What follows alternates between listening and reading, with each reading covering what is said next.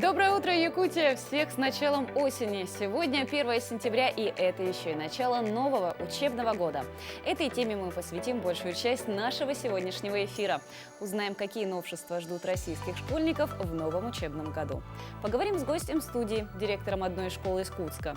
У другого гостя расспросим подробности новой льготной ипотечной программы для учителей и врачей, стартовавшая в дальневосточных регионах. Как и обещали вчера, вместе со специалистом поделимся секретами грибной охоты. И в завершении эфира познакомимся с новинками кинотеатров в рубрике «Афиша». Итак, давайте начнем. По данным Якутского гидрометеоцентра, в 6 часов утра температура воздуха составила в центральных районах -2 градуса со знаком плюс. В заречной группе от 2 до 8 тепла, в южных -1 в Алдане, в Нерюнгре 0 градусов. В Белюйской группе от 2 до 5, в Нижнеленских от 5 до 6 тепла. В западных -1 в Мирном, +5 в Ленске, в Алекминске +4. В Колымо-Индигирской группе улусов от 2 до 9 градусов выше 0. В Янских от 5 до 8, на северо-западе 6 градусов тепла. В городе Якутске температура воздуха в 6 часов утра составила 2 градуса со знаком плюс. Атмосферное давление 745 миллиметров ртутного столба. Северный ветер дует со скоростью 1 метр в секунду. В течение дня синоптики обещают небольшой дождь. Ветер юго-восточный с порывами от 3 до 8 метров в секунду. Днем столбик термометра зафиксируется на отметке 12-14 градусов тепла. Уже наступают первые заморозки. Кстати, многие ошибочно считают, что грибы в лесу после заморозок исчезают, или того хуже, их уже нельзя собирать. Но, как узнала моя коллега Катерина Винокурова, грибам первые морозы не страшны. О видах грибов в Якутии и правилах сбора она поговорила со специалистом Института биологических проблем криолитозоны СОРАН, заодно и грибы пособирала. Сегодня у нас такая замечательная летняя прогулка по Вилюйскому тракту. Что мы здесь делаем, как вы думаете? Конечно же, приехали мы за грибами. Что сегодня можно найти в лесах Якутии? Об этом мы сегодня поговорим с микологом, с Людмилой Гаевной Михалевой. Людмила Гаевна, все-таки грибной ли сезон нынче у нас в Якутии? Здравствуйте, Катя. Здравствуйте, телезрители уважаемые. Да, в этом году действительно очень много грибов. И собирать их начали еще в середине июля. Что вы скажете? Съедобно ли это вообще? Да, и как вообще определить, съедобный ли грибочек? Это сосновый масленок. Он образует микоризу, то есть союз с сосной. И поэтому растет только в сосняках. Наше местное население очень любит этот грибочек. Вот, я тоже собрала и уже успела почистить. Смотрите, он после того, как снять верхнюю шкурку, он становится такой беленький, красивенький. Да. А это научное название этого гриба — масленок желто-бурый. Мы его называем маховичок, маховик. Вот. Его не все любят собирать, потому что на срезе он начинает синеть при воздействии с воздухом. Но на самом деле это тоже очень вкусный, очень хороший гриб. По вкусу он не хуже, чем масленок. Плотненький, его можно и жарить, и мариновать, и сушить. Я нашла еще рыжик. Ну, вот, к сожалению, червивые можно перепутать с волнушкой, но при срезе обязательно выступает молочко ярко-ярко-оранжевого цвета, да. А потом немножко начинает синеть. Вот тут вот червяки повредили, а уже синее. То есть сразу видно, что гриб не очень хороший. А вообще, как правильно срезать гриб? Вот обязательно с ножичком или можно с корнем выдирать? Все вот по-разному говорят, да? Или разницы никакой особой? Я думаю, что особой разницы нет. Если вы любите чистые грибы, то можно срезать. Если вам дорога мякоть ножки, то можете выкручивать и потом уже аккуратненько, как карандаш, чистить. Чем быстрее вы это сделаете, тем лучше и вкуснее грибы получатся, и тем меньше шансов у вас отравиться этими грибами. В крайнем случае, если не получается, тогда можно убрать в бумажные пакеты, положить в холодильник и в таком виде продержать ночь, например. Если все-таки мы нечаянно употребили не тот гриб, неправильный гриб. Что нужно сделать? Отравление, прежде всего, это расстройство желудка, рвота, может подняться температура, может болеть голова. И поэтому сразу нужно, во-первых, промыть желудок, во-вторых, обратиться к врачу. То есть, если все-таки вы сомневаетесь, что гриб действительно съедобный, лучше уж Да. его, Да, обойти стороной. потому что это первое и самое главное правило сбора грибов. Никогда не берите незнакомые вам грибы или грибы, которые вызывают какие-то у вас сомнения, даже если он на что-то похож. И второе правило, чтобы не отравиться даже совсем съедобными и вкусными грибами, нельзя грибы собирать возле свалок, Конечно. помоек, по обочинам дорог, потому что грибы растут из земли и очень быстро набирают в себя все нехорошие вещества, в том числе и тяжелые металлы, радиоактивность. А есть ли какое-то правило, в какую посуду нужно собирать? Ну, желательно, конечно, корзинки. Вот.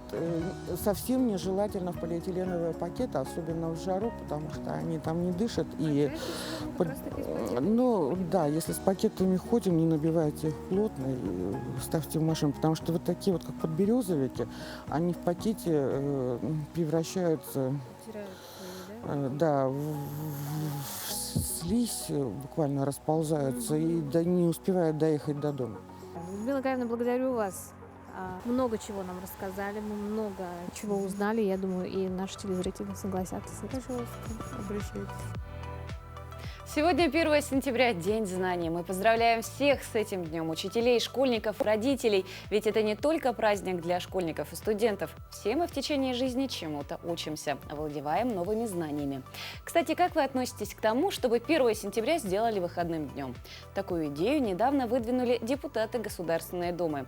Своим мнением делитесь с нами в телеграм-канале «Утро Якутии», где мы накануне уже опубликовали опросник по этому поводу. И давайте посмотрим, что же отвечают наши подписчики.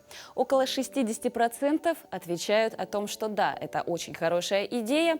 Притом 26% резидентов отвечают, что они против, чтобы 1 сентября становилось выходным днем.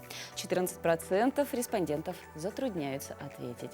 Вы сейчас можете также присоединиться к опросу на нашем телеграм-канале. Может быть, к концу эфира результаты нашего опроса изменятся. Мы вернемся и узнаем об этом чуть позже. А сейчас хотим рассказать вам, какие же изменения ждут школьников в новом учебном году.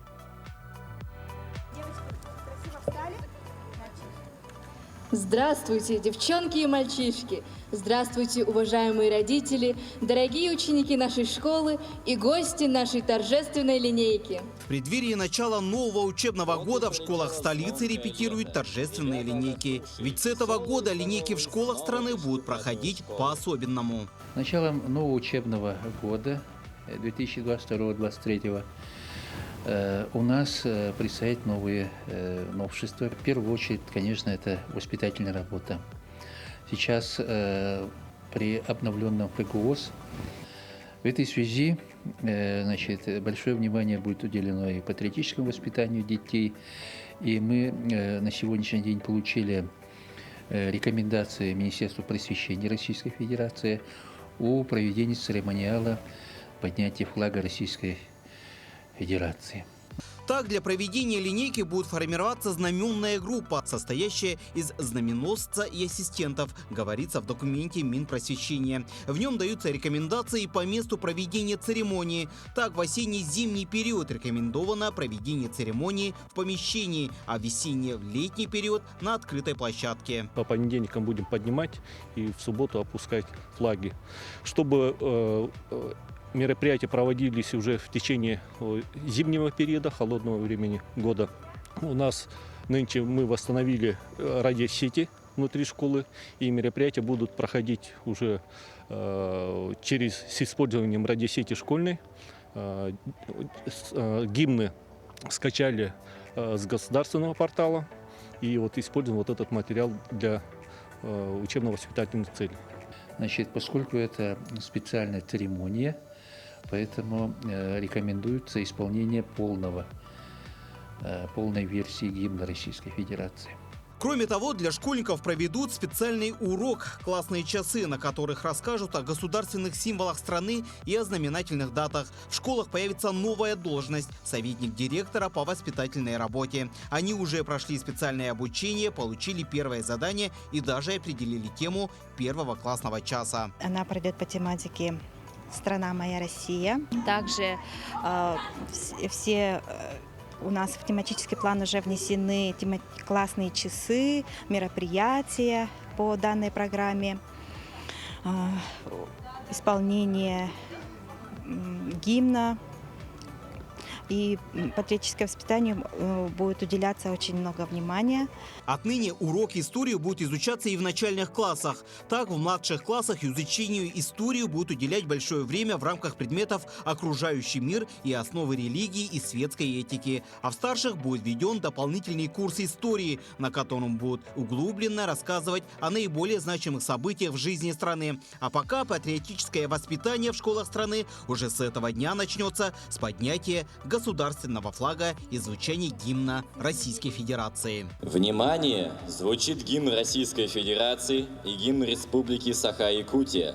Флаг поднимает выпускник школы Федоров Ренат, отличница школы Дьячковская Александра и председатель ученического самоуправления Винокуров Сергей.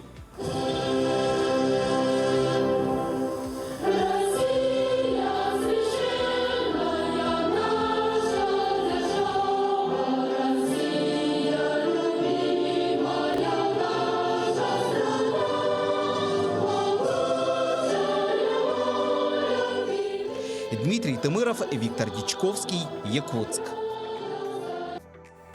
Ну а после блока новостей мы поговорим с первым гостем нашей студии, который расскажет нам о нововведениях, которые начинаются в школе с 1 сентября. А также со следующим гостем мы обсудим новшества, стартовавшие акции по дальневосточной ипотеке для учителей и врачей. Также у нас будет много интересных гостей, актуальной и последней информации. Напоминаем, что мы работаем в прямом эфире.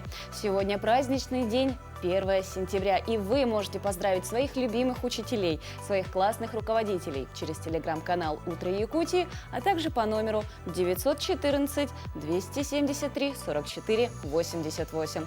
Мы всегда рады обратной связи. Поздравляйте своих малышей, поздравляйте своих родных и близких в такой замечательный праздник. Это не только День знаний, это еще и начало осени. А мы увидимся скоро после небольшого блока новостей.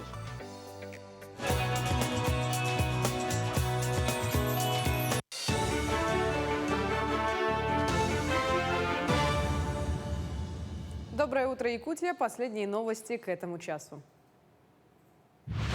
С 1 сентября в России вступает в силу сразу несколько новых законов и постановлений, имеющих особое значение для автомобилистов.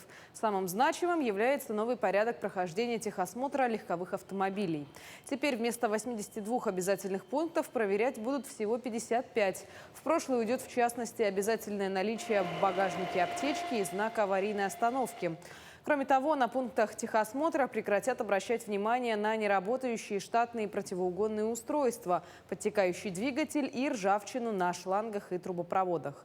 Другое нововведение: в автошколах станут больше внимания уделять практике в городе, а количество часов, отведенных на занятия на площадках, наоборот, сократят. Для автомобилей категории «Б» соотношение составит 18:36, для категории «С» 24:48 часов соответственно. В Якутии работникам бюджетной сферы сделают перерасчет заработной платы. Повышение зарплат коснется 52 тысяч работников отдельных целевых категорий. Как уточнили в Министерстве труда и социального развития республики, повышение зарплат направлено в основном на увеличение оклада. Положение устанавливают размеры должностных окладов, стимулирующих и компенсационных выплат. Повышение коснется работников бюджетной сферы. Это медицинские, педагогические работники, сотрудники учреждений общего и дошкольного образования, а также оказывающих социальные услуги детям-сиротам и детям, оставшимся без попечения родителей, социальные работники, работники культуры и преподаватели высшего и среднего профессионального образования. Накануне Дня знаний в столичной школе номер 5 прошел День здоровья. Вот уже несколько лет учебное учреждение является подшефным у Якутской республиканской клинической больницы. И дважды в год специалисты-медики выезжают в школу для проведения медицинского осмотра. Для учителей и руководства школы подобные ярмарки здоровья – безусловный плюс в работе. Не надо стоять в очередях, брать отгул или больничный. Всех специалистов можно пройти в стенах родной школы и тут же сдать анализы и получить консультацию или направление на дополнительное обследование и лечение. Также все сотрудники школы сегодня сдали ПЦР-тесты на ковид. Здесь у нас 6 узких специальностей ведут приемы. Это как гастроэнтеролог, пульмонолог, эндокринолог, офтальмолог, терапевт. И все востребованные узкие специальности, которые иногда в поликлиниках нету, таких специальностей, на очередь стоят. Вот мы здесь на месте, рабочем месте мы проводим медосмотр. После нашего осмотра наши доктора дают рекомендации или в поликлинике обследоваться, или мы, если тяжелые какие-то мы находим, мы приглашаем в свой стационар. Более 70 мероприятий и праздничный салют состоятся к 390-летию Якутска. Это концерты, фестивали, конкурсы, выставки, ярмарки, презентации книг и мастер-классы. Кроме того, ко Дню города откроют новый детский сад «Северная сказка» в Гагаринском округе, благоустроенные дворовые территории в районе птицефабрики, улиц Крупской, Чкалова и Автодорожной. Также откроются новые воркаут-площадки и теплые автобусные остановки. А в день юбилея возложат цветы к памятникам основателя города Якутска Петру Бекетову, первопроходцу Семену Дежневу и губернатору Ивану Крафту. Одним из основных мероприятий станет форум «Якутск 4.0.0» с участием федеральных экспертов. Он пройдет с 8 по 11 сентября. Праздничный день юбилея города завершится красочным салютом. Доброе утро! Мы приветствуем нашего первого гостя. Это Прокопий Батюшкин, директор средней школы номер 33 города Якутска имени Людмилы Андреевны Колосовой. Прокопий Дмитриевич, доброе утро! Здравствуйте! Ну, поздравляем, во-первых, вас с праздником. Ну и расскажите, с каким настроением вы начинаете этот день? Еще раз доброе утро, телезрители, дорогие якутяне. Настроение замечательное. Я думаю, что не секрет, что каждый учитель, особенно дети, наверное, с нетерпением ждут этого дня. И вот сегодня все дети пойдут в школу, и с удовольствием, я думаю, состоится вот их первая встреча в этом новом учебном году. А вот с этого года усилят работу патриотического воспитания. Как вы к этому относитесь? Что это будет, что это под собой подразумевает? Ну, вообще, я как сам по профессии учитель истории скажу, что данная работа у нас проводилась всегда, но действительно в этом новом учебном году будут усилены акценты. И я считаю, что в новых условиях это первостепенная задача. Дело в том, что сегодня мы должны подготовить наших детей вот к тем новым вызовам, которые происходят в мире. И начинать это нужно действительно со школы. И если говорить конкретно, тут уже прозвучало, на самом деле, уже в блоке новостей, по-моему, что с этого года у нас... классов. Да, с этого года у нас какие изменения вот конкретные по этой части. Например, каждая учебная неделя будет начинаться у нас с поднятия флага и прослушивания гимна. И хотелось бы, чтобы это не превратилось в пустую формальность, чтобы дети постараться донести до детей вот значимость государственных символов. Также каждую неделю у нас будут проходить классные часы под условным названием «Разговоры о важном», где действительно будут затрагиваться в том числе и вопросы, связанные с патриотизмом, вопросы, связанные с любовью любовь к родине, например. Да, вот такие вопросы также будут затрагиваться. Ну и учителя истории, я думаю, что как раз таки и будут во многих школах кураторами этого направления.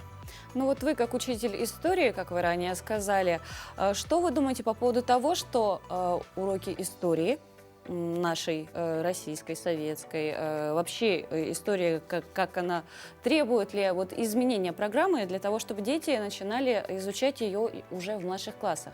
Это хорошо, чем раньше, тем лучше? Или, может быть, действительно где-то это еще рано?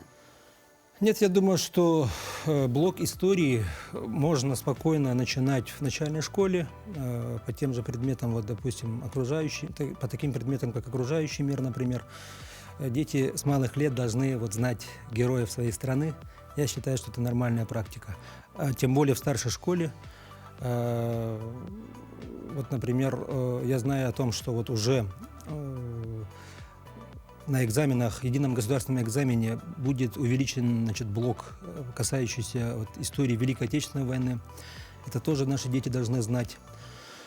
Также у нас будут особое место занимать на уроках истории вот вопросы, связанные вот с положением России в мире, вот не только вот в наше время, но и вообще вот последующие периоды истории.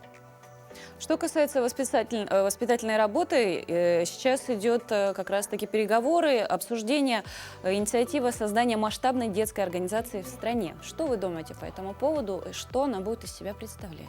Опять же скажу, что действительно и раньше существовали движения, но вот, пожалуй, такого масштабного движения, которое бы объединяло школьников и молодежь, до сих пор у нас действительно не было. И этот определенный вакуум сегодня вот призван заполнить вот это движение. Я считаю, что это полезное начало, потому что на каких-то этапах действительно ощущалось, что как бы не хватает какого-то вот синхронного такого синхронизированного движения для всех школьников страны. Сейчас еще активно обсуждают отмену экзаменов ЕГЭ, возможно. Что вы думаете по этому поводу? Знаете, я в школе работаю с 2007 года, и вся моя школьная жизнь, она прошла под знаком ЕГЭ. И на самом деле, если лично мое мнение, то спрашиваете, то, в принципе, единый государственный экзамен такой, хороший такой, не критерий, а инструмент проверки знаний школьника. Но, возможно, он естественно, имеет свои минусы, но, в принципе, можно было бы оставить, если была бы проведена какая-то доработка, например, по определенным таким направлениям. И либо, если его отменять, то, естественно, постепенно, поэтапно, чтобы и учителя, и дети, скажем так, максимально спокойно пережили вот этот период. Но это все равно стресс. Экзамен — это в любом случае стресс. Безусловно. ЕГЭ или же отвечать так по билетам. Также еще одно из нововведений этого учебного года — школьникам во время учебного процесса, во время уроков запрещено пользоваться мобильными телефонами. Что вы думаете по этому поводу? Как это будет выглядеть? Как дети сами на это отреагируют? Что думают родители? Об этом, да, я вот узнал буквально вот вчера. Постараемся организовать. До этого тоже ходили такие разговоры, и я знаю, что в некоторых школах также это практикуется.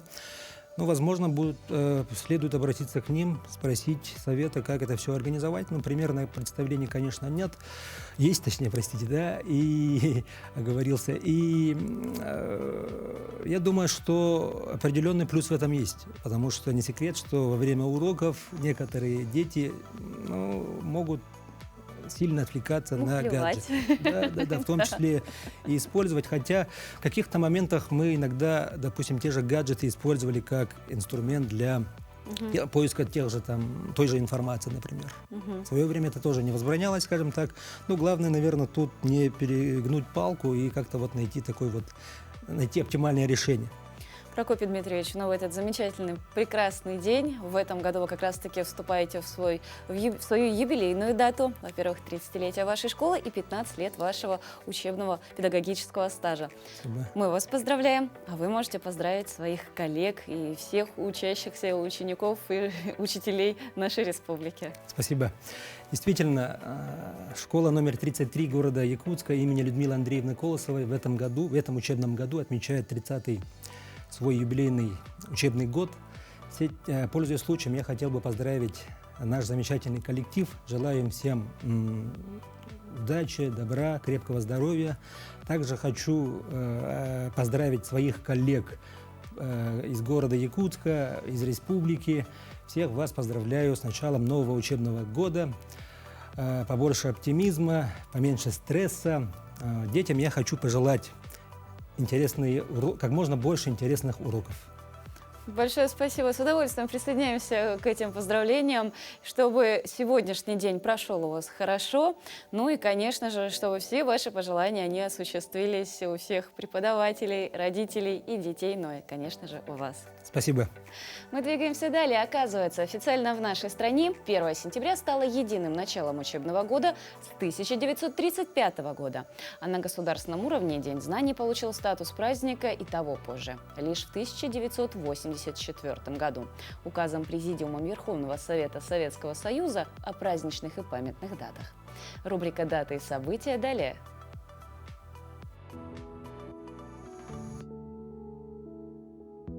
На календаре 1 сентября.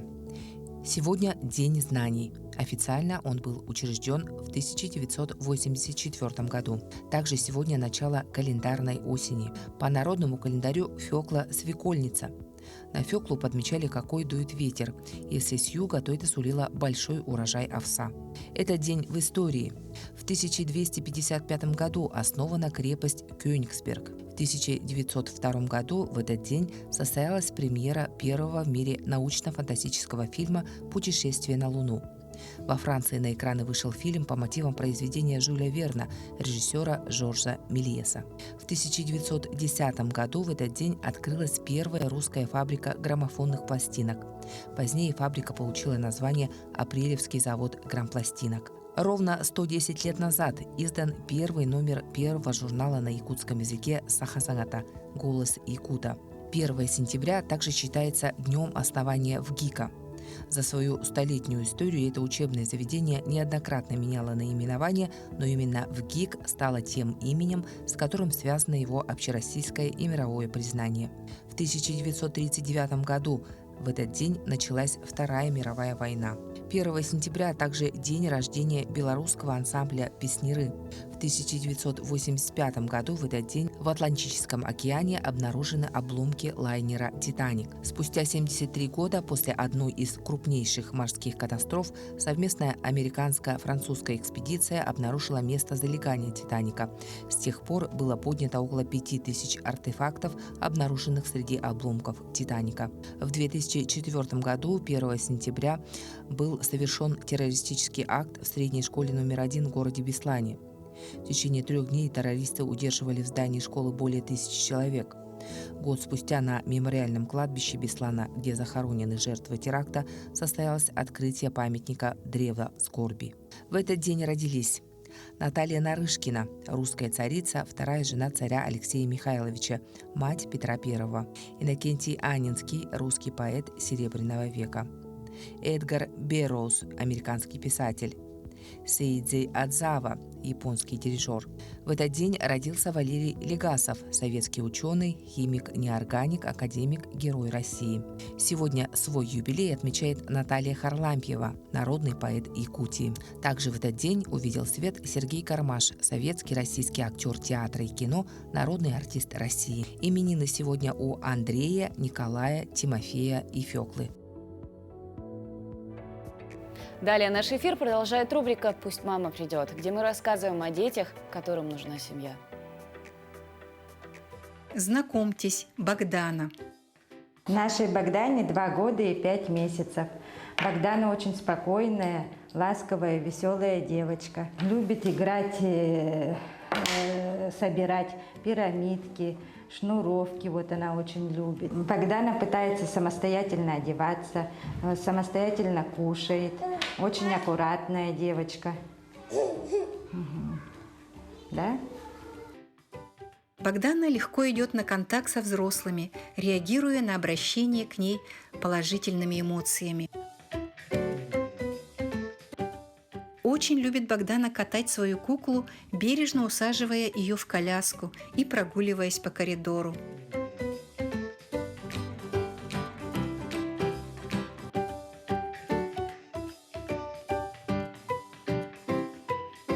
Богдана, как и все дети, любит открывать что-то новое для себя, при этом осторожно изучая все вокруг. Одно из таких мест – соляная комната, где Богдана любит бывать и получать новые эмоции.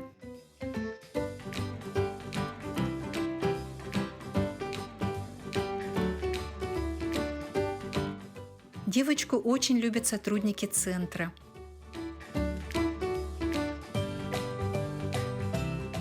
Мы очень надеемся, что в ближайшее будущее наша Богдана обретет любящую семью.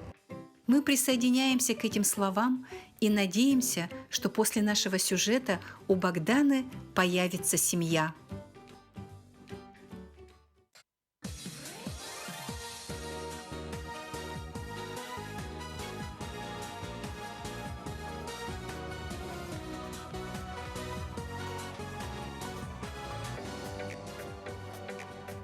Мы продолжаем говорить о Дне знаний. Сегодня в Якутии более 16 тысяч первоклассников впервые переступят порог школы. Больше всего их, конечно же, в столице республики – более 7,5 тысяч. В Мирнинском районе чуть более 1000 детей сядут за парты, столько же в Нюрингринском районе. Из сельских улусов по количеству первоклашек лидируют Хангаласский, Чурапчинский, Намский, Вилюйский, Мигино-Кангаласский улусы. Мы всех первоклассников и родителей поздравляем с этим волнительным и праздничным днем. Для маленького человечка все сегодня ново и интересно. И для того, чтобы этот день прошел радостно и запомнился только теплыми воспоминаниями, важны любые мелочи. К примеру, даже ранец, с которым он пойдет в школу. О том, как его правильно выбрать, расскажем далее. Сегодня мы хотим вам рассказать, как выбрать рюкзак для первоклассника, как для девочек, так и для мальчиков. При выборе рюкзака родителям нужно обратить внимание на следующее. Это широкие лямки для распределения веса, чтобы снизить нагрузку со спины ребенка. Пояс, чтобы плотно прилегал к спинке. Эргономическая спинка с подушечками, чтобы была вентиляция воздуха, чтобы спина ребенка не потела и не было дискомфорта. А также это светоотражающие элементы по периметру рюкзака, чтобы его было видно сдалека на дороге в темное время суток. А также современные рюкзаки у нас имеются со свистком, чтобы при случае опасности ребенок смог подать сигнал об опасности. Вес рюкзака не должен превышать более килограмма для первоклассника, а при полной нагрузке он не должен превышать более 15% от веса ребенка. Так, лучше всего выбирать рюкзак вместе с ребенком, чтобы ему было удобно и понравился рисунок. Нельзя покупать рюкзак на вырост, так как спинка будет ему сидеть неровно и возможно развитие болезней спины. Современные рюкзаки стали более удобными, они стали каркасными, чем были такие тряпичные. Они удобны тем, что можно положить большие тетради формата А4, чтобы они не мялись. Правильно подобранный рюкзак сохранит здоровье вашего ребенка. Доброе утро! Продолжаем говорить о начале нового учебного года. Несомненно, хорошим подарком и возможностью для учителей, педагогов и медиков стала стартовавшая не так давно расширенная дальневосточная ипотечная программа, по которой учителя и врачи могут приобрести по сниженной кредитной ставке новое жилье. О том, как воспользоваться этой программой, как она сказывается на темпах строительства жилья в регионе, мы поговорим с Софьей Максимовой, руководитель Департамента строительства, жилищной политики Министерства строительства Республики Саха-Якутия. Софья Владимировна, доброе утро. Доброе утро. Для начала расскажите, какой спрос у нас, у якутян, на предложение по дальневосточной ипотеке для учителей, и медиков? Спрос у учителей и медиков имеется. Сейчас в июне как раз-таки была расширена вот эта программа «Дальневосточная ипотека» на данную категорию жителей, и мы наблюдаем увеличение спроса от застройщиков. Исходит такая информация. Сколько банков работает по этой программе и что в себя включает именно дальневосточная ипотека для учителей и медиков? Какие условия предлагает? По данной программе работают все основные банки, которые сотрудничают с банком Дом РФ. Это у нас Сбербанк, ВТБ, Россельхозбанк, Алмаз-Аргентбанк и так далее. Основными условиями является это процентная ставка до 2% годовых, сроком на 20 лет, не более 20 лет, первоначальный взнос не более 15%. Кто может претендовать на участие в этой программе? Именно для категории учителей и медиков требований по семейному положению и возрастным ограничениям не имеется. Имеется только условие по отработке не менее 5 лет в образовательных и медицинских учреждениях. Есть ли какие-то ограничения, кроме этого? То есть на первом этапе у нас обязательно должен быть от 5 лет стаж работы либо преподавателя, либо медиком. Либо медиком. Пенсионеры до какого возраста могут оформлять? Если это работающие пенсионеры, они могут, ну там банки, у банков отдельных свои какие-то условия, да, они могут устанавливать в том числе. Но это примерно до 65 лет они будут рассматривать пенсионеров. Данная программа, она рассчитана только на новое жилье, либо можно брать квартиры на вторичном рынке? Если приобретается жилье в сельской местности, то возможно рассмотрение вторичного рынка жилья, либо строительство индивидуального жилищного строительства. Это касается всех населенных пунктов. А если приобретается жилое помещение в моногородах, это у нас поселок Мухсоволох, город Мирный и так далее, да? Поселки городского типа? Да, нет, именно моногорода, то там возможно и новостройку рассмотреть вопросы, либо вторичку. То есть в сельскую местность также действует эта программа? Да, действует. Давайте уточним по поводу строительства. Как строительная отрасль отреагировала на это нововведение? Насколько это выгодно для строителей и как это отразилось на цене квадратного метра? Мы выступали за расширение категории получателей дальневосточной ипотеки, долго ждали внесения изменений в постановление правительства Российской Федерации, и, наконец, вот с июня месяца она была расширена. Встретили эту новость очень позитивно. Она будет работать и до конца 2024 года, как и работает в основном дальневосточная ипотека. Но дальше до 2024 года? До конца 2024 года работает. В дальнейшем тоже будем прорабатывать вопрос о том, чтобы продлили, возможно, да, но это пока еще в ходе обсуждения находится. На цене квадратного метра оно сильно не отразилось, потому что у нас скачок цены квадратного метра она уже произошла в феврале-марте этого года. И в среднем, в зависимости, в среднем это примерно 130-140 тысяч квадратных метров, 1000 рублей за квадратный метр. Все-таки зависит от месторасположения, от застройщика и так далее. А станет ли эта программа стимулом для строительной отрасли? Скажется ли это на темпах строительства в Якутии? На темпах строительства, на спросе это, конечно же, скажется. Жилье строим для того, чтобы покупали. Если будут потребители, то и ввод квадратных метров жилья, оно не будет останавливаться, и мы будем достигать наши значения по увеличению качества жизни. Софья Владимировна, большое вам спасибо, что в это утро, в праздничный день, вы пришли к нам с такими хорошими новостями и рассказали действительно о самой замечательной возможности для преподавателей, учителей, а также медиков. Большое спасибо. Пожалуйста. А прямо сейчас к нам присоединились наши коллеги из информационной службы с последними и актуальными новостями.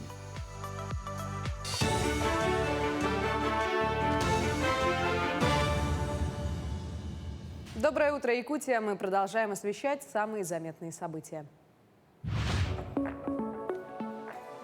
Стало известно, как россияне будут отдыхать в 2023 году. Правительство определила график переноса выходных дней в следующем году. Новогодние праздники начнутся 31 декабря 2022 года и продлятся до 8 января 2023 года. Соответствующее постановление было подписано председателем правительства Михаилом Мишустиным, и оно будет опубликовано позднее. Кроме того, нерабочими будут дни с 23 февраля по 26 февраля, 8 марта, а также периоды с 29 апреля по 1 мая, с 6 по 9 мая, с 10 по 12 июня и с 4 по 6 ноября. Уточняется, что в новом году 1 и 8 января выпадают на воскресенье. Их решено перенести на 24 февраля и 8 мая.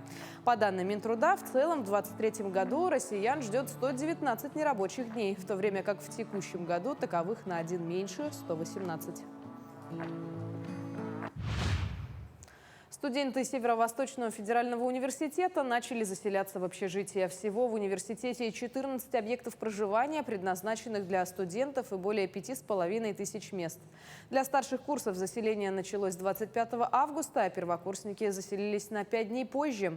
В летний период был проведен плановый текущий ремонт объектов проживания, отделочные работы, локальный ремонт кровли, замена водных труб общежитий, а также ведется работа утепления температурных швов некоторых общежитий.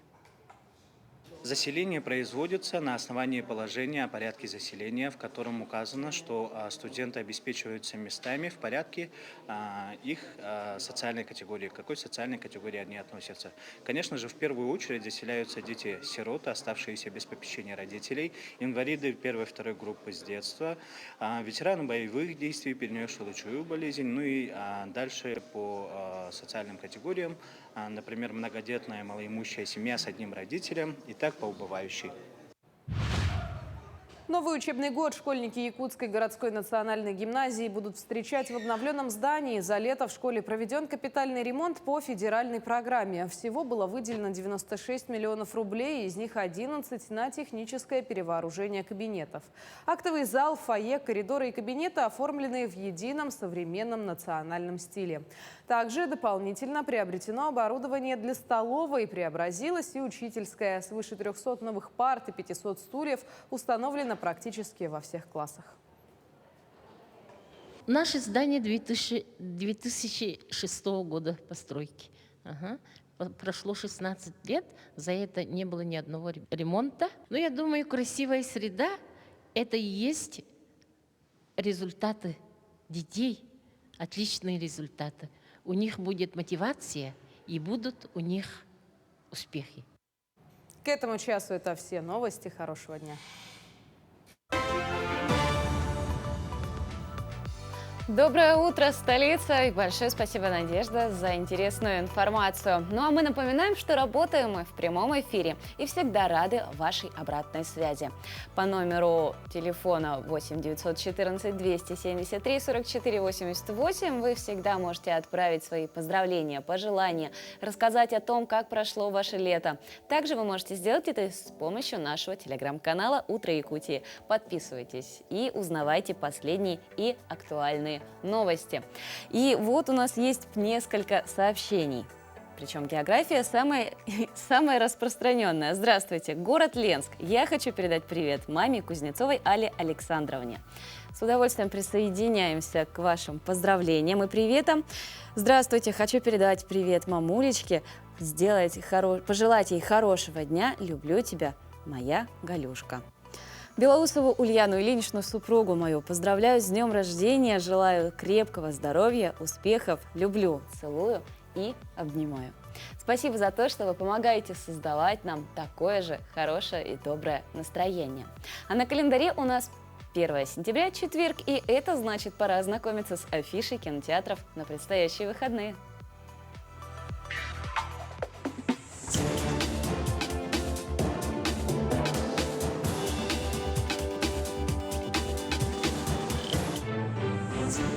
Доброе утро!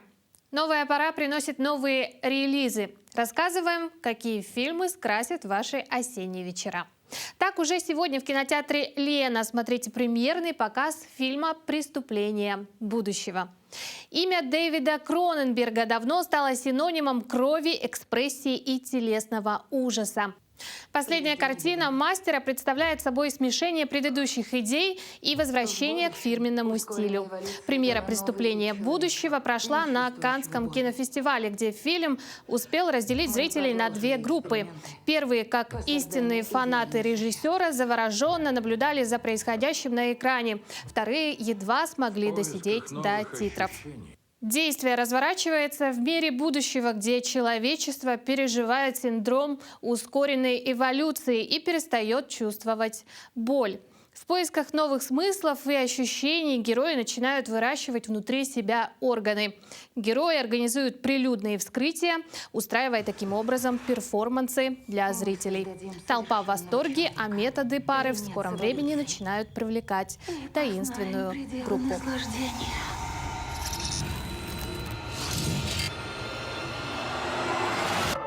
Преступление будущего. В кино с 1 сентября. На этом у меня все. Желаю вам отличного настроения и приятного просмотра.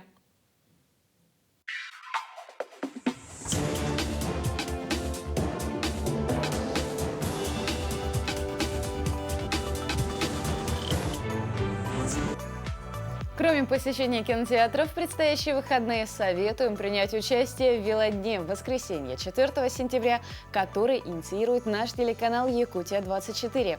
Самой забавной и веселой частью этого дня наверняка станут соревнования среди маленьких начинающих велолюбителей. Как и где они будут проходить? Что нужно, чтобы принять в них участие, спросим у организатора беговелов Дмитрия Пахомова. Он же возглавляет Федерацию спидкубинга и еще представляет в Якутске развивающие игры и подарки фирмы Joy. Дмитрий, доброе утро. Доброе утро. С праздником вас. Во-первых, расскажите, с чего началось ваше увлечение велосипедами и развивающими играми для детей? Ну, это классическая история. Родители всегда в детстве покупали, дарили детям велосипеды, начиная с 3 колес, Мишка, школьник был такой раньше велосипед в детстве, орленок, Аист салют. еще был. Аист это более такой девчачий считался велосипед. Мальчики хотели салют, кама. Ну и дальше уже пошли взрослые велосипеды. Потом организовалась какая-то пауза, видимо, велосипедов не хватало на всех, производства остановились. Ну, Китай пришел на помощь, сейчас весь мир на китайских велосипедах катается и радуется. То, что у них есть, это транспортное средство под рукой. Угу. Ну, в первую же очередь, конечно, родители. Всегда ребенок еще сам решение не принимает. Родители всегда делают этот ответственный шаг, дают ребенку, дарят ему на день рождения, или приходит летний сезон каникул, дарят ему велосипед. А самый первый шаг, это у нас, кстати, вот будущие соревнования пройдут по этому виду беговел. Что это такое? Чем от велосипедных гонок это Беговел – отличается? это тот же самый велосипед, только без педалей. Ребенок с 1,5 лет, только начиная ходить, уже может сесть на беговел и, отталкиваясь ногами.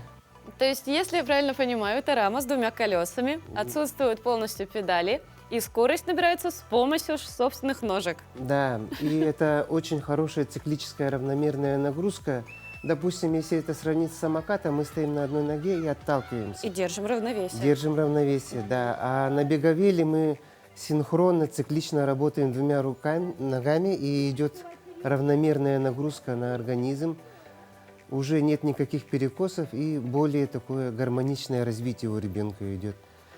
Также ребенка не надо обучать особым каким-то там правилам поведения, правилам какого-то там движения. Просто садим его и первые метры помогаем передвигаться дальше. Сам интуитивно ребенок уже понимает, он сел на транспортное какое-то средство, и ему надо удерживать равновесие. И самый главный плюс – это то, что детям нравится беговел. Это надо использовать. Дети бросают свои гаджеты, отрываются от компьютеров, телевизоров, различных игрушек и с удовольствием идут гулять на улицу, на свежий воздух. Идет хорошее гармоничное развитие организма. А для какого возраста самые ранние, кто могут участники принимать участие в этих беговелах, и самые взрослые? Какие-то, может, ограничения есть возрастные? Да, есть у нас, сейчас расскажу про ограничения, есть возрастные группы 2+, 3+ и 4+. 4+ мы в этом году организовали до 5 лет включительно. То есть, получается, до 6 лет 4+ категории участвуют. Также мы разделили эти 3 возрастных категории на мальчиков и девочек, чтобы более было справедливо, потому что последний раз, когда мы проводили, задавали родители некоторые вопросы, то что мальчики гораздо физически выносливые и более шустрые. И мы отделим в этот раз, в этом году, отделим девочек, чтобы у них тоже была возможность получить призовые места. А где все это пройдет? Это пройдет на Комсомольской площади в городе Якутске. начинаем сбор заявок в час. И до 2 часов принимаем заявки. И в 2 часа мы уже намерены сделать первый старт. Количество стартов будет зависеть от количества поданных заявок участников. Может быть, в возрастной категории, допустим, 3+, заявится около 40-50 участников. Тогда мы их разобьем, чтобы не было толкотни. Все аккуратно прошли, и победитель будет определяться по времени. Потому что на каждом этапе засекается и заводится протокол. Как все серьезно, прям Да, настоящие это- первые соревнования. Да, почему мы проводим эти соревнования? Мы также являемся федерацией спидкубинга в нашей республике. Это что? Спидкубинг – это скоростная сборка головоломок, Мгм. механических головоломок. И там у нас все заложено на доли секунды. Тысячные доли секунды решают, кто выиграл, кто проиграл. И также мы вот этот опыт хронометража переводим на беговелы. И каждая секунда дорога, потому что они чуть ли не фотофиниш требуют. Приходят все вместе, и ребенок пришедший, он требует, я пришел первый и так далее. Но мы им начинаем объяснять, то, что было несколько заездов, у вас было такое время, у вас было такое. А как подать заявку на участие в беговеле? Так, приходите или со свидетельством о рождении, также можно прийти с копией или предоставить фотографию свидетельства о рождении. Когда мы заносим в протокол ребенка, мы обязательно указываем дату рождения, ну и, соответственно, распределяем по возрастным категориям. Что касается каких-то средств безопасности, все-таки это Да. детки. Тем более Вообще, такие для чего маленькие, 2+. проводится вот в воскресенье, основная цель этого мероприятия – это безопасность и привитие детям то, что они должны приучаться с детства носить экипировку. Особенно они вырастут, будут передвигаться по городу, по паркам. Это обязательное требование у нас во время соревнований: шлем и защитные щитки. Если их нету, можно их получить до старта? Нет, их можно одолжить у самих же участников. У нас такая же практика, то, что во время соревнований кто-то выступает раньше, позже, они обмениваются экипировкой, и на старт выходит по 5-6 участников, и они, в принципе, им хватает этой экипировки. Ну и самое интересное, за что будут бороться юные беговелы. Какие будут главные призы?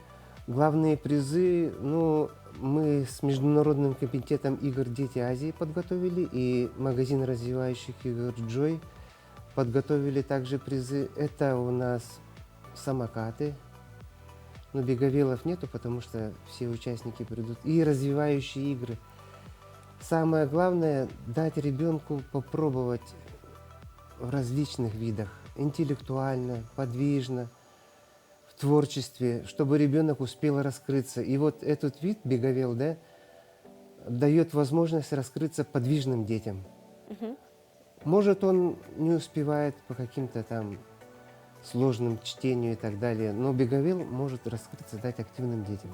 Ну, большое спасибо вам, Дмитрий. Ну и напоминаем всем нашим телезрителям, кто также хочет принять участие в вот этих малых Олимпийских играх. Это пройдет 4 сентября, в это воскресенье, на Комсомольской площади в городе Якутске. Сбор заявок и регистрация участников с 13:00 до 14:00. И последний вопрос к вам, Дмитрий. Что вы думаете по поводу 1 сентября, если это станет выходным днем? Ну, конечно, поддерживаю, потому что 1 сентября – это праздник не только школьников, которые идут в школу, но также их родителей, которые немалое значение принимают в этом процессе обучения. Родители тоже на себя берут ответственность. И Большое спасибо, Дмитрий. И с вами, между прочим, согласны 70% наших телезрителей. В общем, принято единогласно. Друзья, увидимся завтра здесь же, на телеканалах Якутия-24 и НВК Саха. Узнаем много интересного. Смотрите и начинайте свой день вместе с нами.